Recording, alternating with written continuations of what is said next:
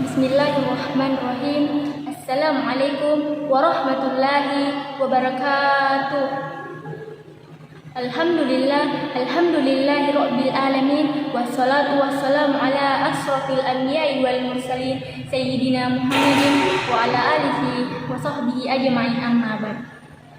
Pertama-tama dan yang paling utama, marilah kita memanjatkan puji dan syukur atas kehadirat Allah Subhanahu wa taala, karena atas rahmatnya sehingga kita masih sempat berkumpul di tempat yang penuh mubarakah ini.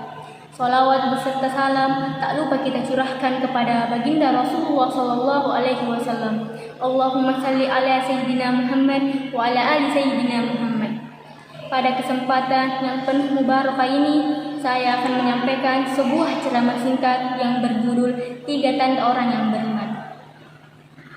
Diceritakan dalam sebuah kitab bahwa suatu ketika Rasulullah sedang berjalan-jalan di pagi hari, lalu bertemu dengan beberapa sahabatnya. Lalu Rasulullah berkata, "Bagaimana keadaan kalian pagi ini, wahai sahabat-sahabatku?" Para sahabat menjawab, "Pada pagi ini kami masih dalam keadaan beriman kepada Allah."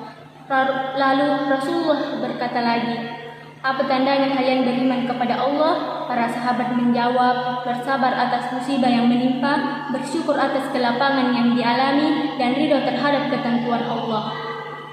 Lalu Rasulullah berkata, "Kalian betul-betul orang yang beriman."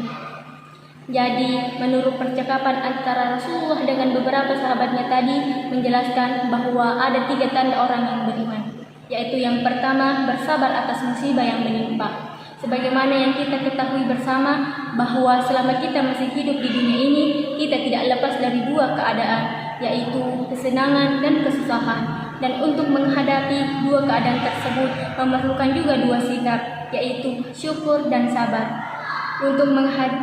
Apabila kita menghadapi kesenangan, maka hendaklah kita bersyukur kepada Allah, dan apabila kita menghadapi kesusahan, maka hendaklah kita bersabar.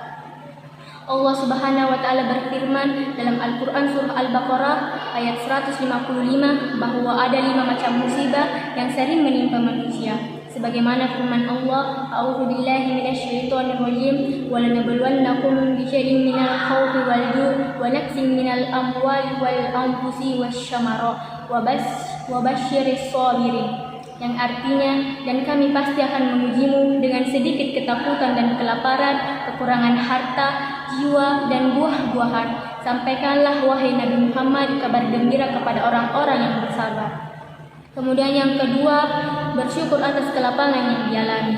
Syukur yang sebenarnya adalah mengungkapkan pujian kepada Allah dengan lisan dan mempergunakan nikmat Allah menurut kehendak Allah sebagai pemberi nikmat. Allah Subhanahu wa taala berfirman dalam Al-Qur'an surah Ibrahim ayat 7 yang berbunyi, "A'udzu billahi minasyaitonir rajim, wa ista'adzana rabbukum wa la in syakartum la azidannakum wa la in kafartum inna adzabi lasyadid."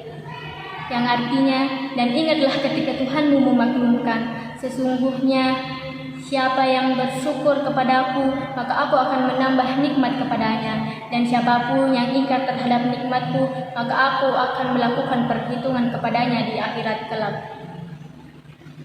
Dalam ayat tersebut menjelaskan bahwa siapapun yang bersyukur kepada Allah, maka Allah akan menambah nikmat tersebut kepada orang yang bersyukur kepadanya. Dan apabila ada seseorang yang mengingkari nikmat Allah, lupa akan bersyukur kepada Allah, maka Allah akan mencabut nikmat tersebut dan melakukan perhitungan di akhirat.